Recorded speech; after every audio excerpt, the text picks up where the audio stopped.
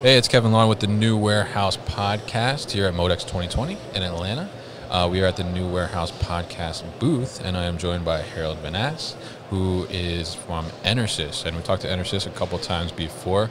Last year, we were actually just talking about the upgrade, right? So I talked to them at ProMat last year, and I was in their booth upstairs in the conference room, and now we're at our booth, and Harold was just commenting on the upgrade. Fancy equipment. We're wearing headphones. We have boom mics. We sound good. Yeah. I know. Congratulations. Thank you. Yeah. The last time we talked, I think I had just a little handheld recorder, so we've come a long way. And we're actually recording today on the 1 year anniversary, so definitely happy Harold could be a part of that. We love Enersys, and we know we love wireless charging. That's right. Well, it's really cool. I've said this to you before. I think the industry needs something like this. Oh, yeah. I think it's a great way to get information out, and thanks for including us. Definitely. So why don't you tell us a little bit, give the listeners, I guess, a reminder of what it is you do, and also a reminder of what Enersys does. So I'm Senior Director of Marketing for Motive Power, which is the, in essence, batteries that move, forklift trucks and things like that, floor care equipment for the Americas, so I do that.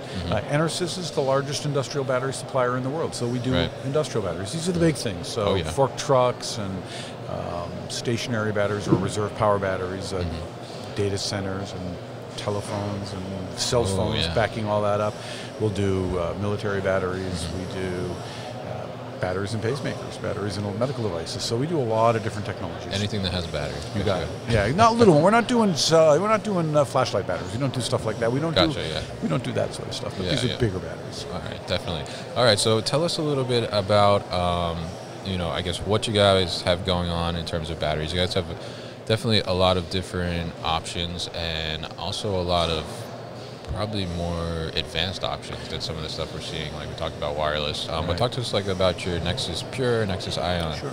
So there are newest technologies that are coming out, and one of the themes that I think I've been talking about to people that have been coming into the booths is this trend of change, and forklift batteries specifically for this industry, they've been pretty static for the last 85-ish, 100-ish years. Definitely.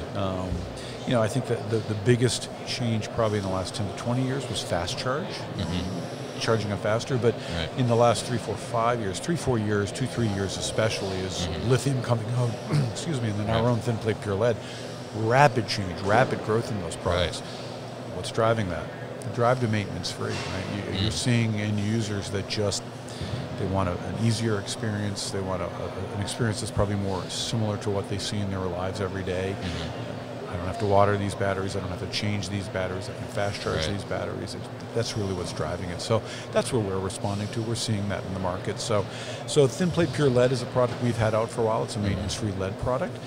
We're about to launch our next generation of that, where we add some carbon to the plates, and it gives us a longer life of that product. So that's what we're looking. We're excited about that. We're also going to package it in a system, put a battery management system on it, make it a little bit of a lithium light sort of experience.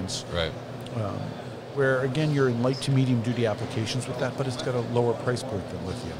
Lithium is a technology that we'll be launching this summer. We've got two real lithium batteries in the booth this year. And that is, again, the same sort of experience that we want to give our customers, where maintenance-free, connected to the truck, integrated with the truck's systems through the CAN bus.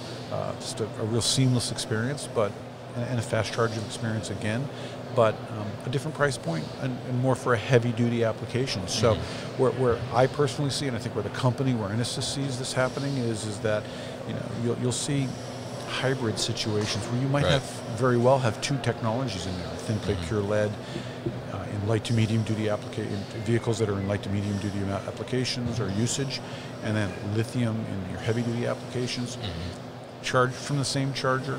Same experience for that operator, two very different price points, giving you that lowest total cost of ownership. And like I like to say, you could certainly use a sit-down Class 1 truck to move pallets, right? Really expensive option, but you could do it. And those are the things that we think about, is that one truck doesn't fit every use. Well, the same thing with batteries. We want to put that right power type into the truck, priced correctly, similar experience, and that's really the direction that we're heading with. To me, the rate of change is just so rapid.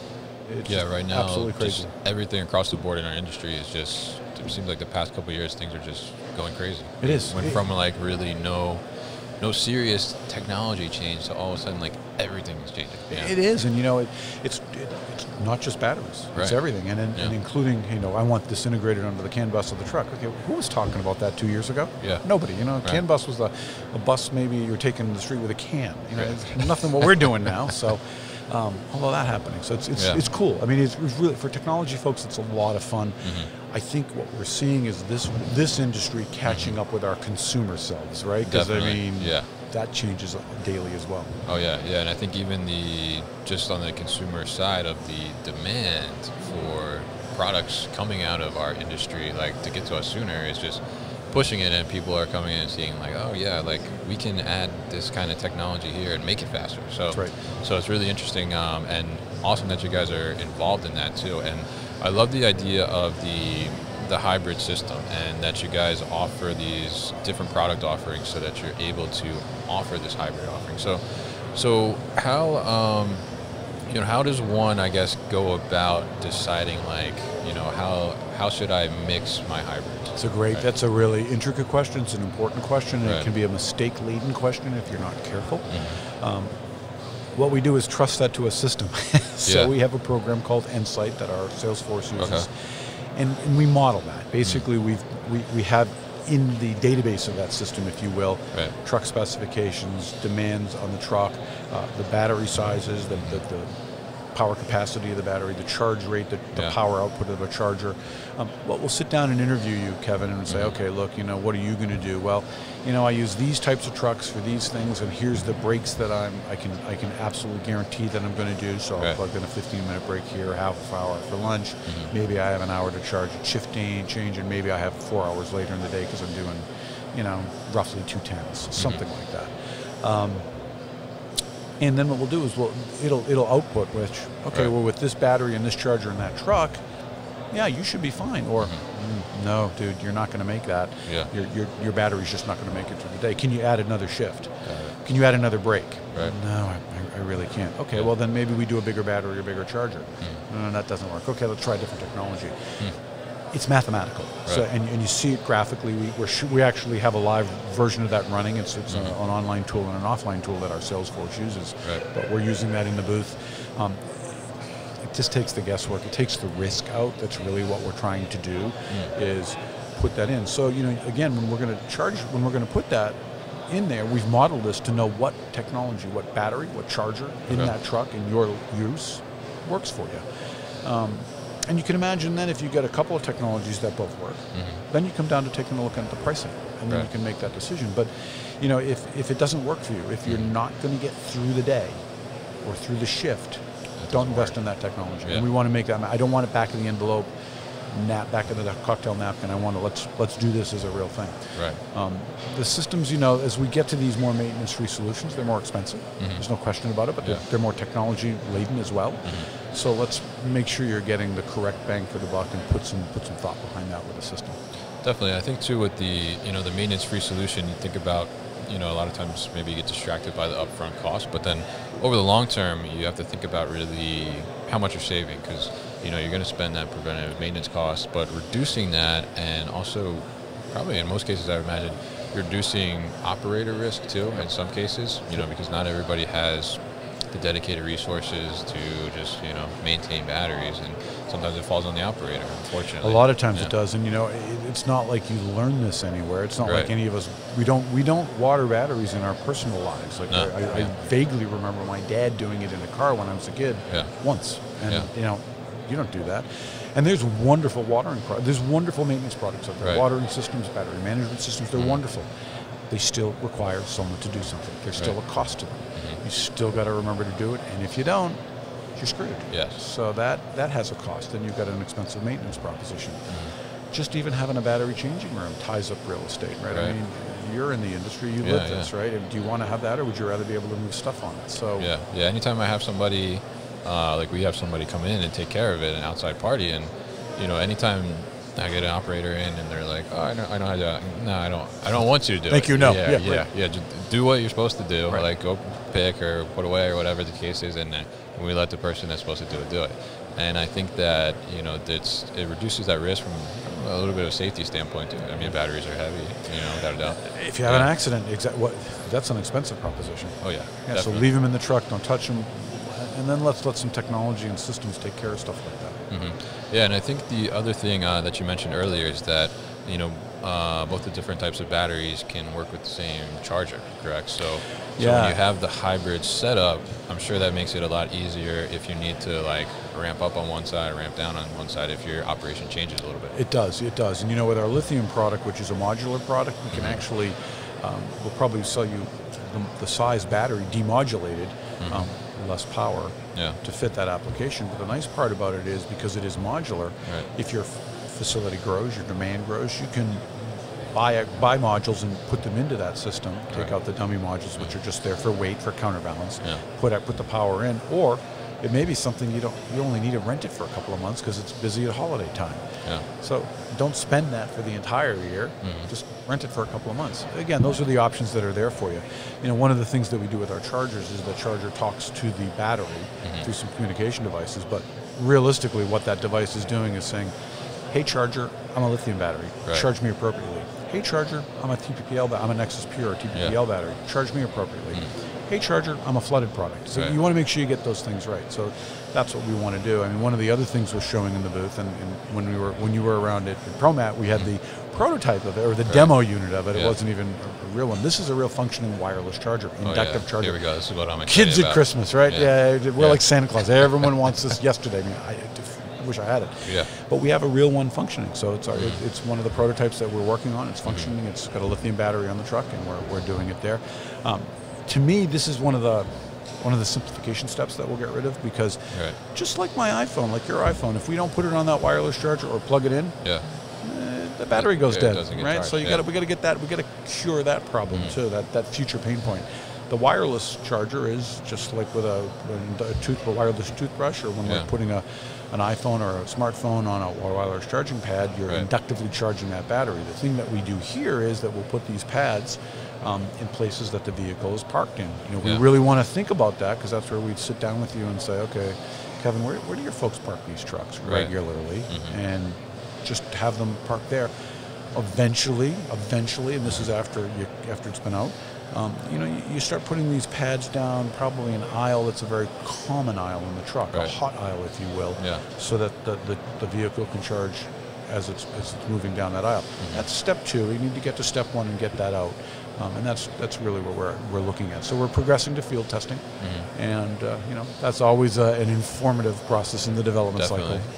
Yeah, but exciting stuff, definitely. I mean, and I think that ProMat, we talked about it, and I think my mind was like blown with the wireless charging, because it's like it's such a thing. I think when I heard it, I was like, oh my God, that makes so much sense. Like, why has nobody even thought of that before?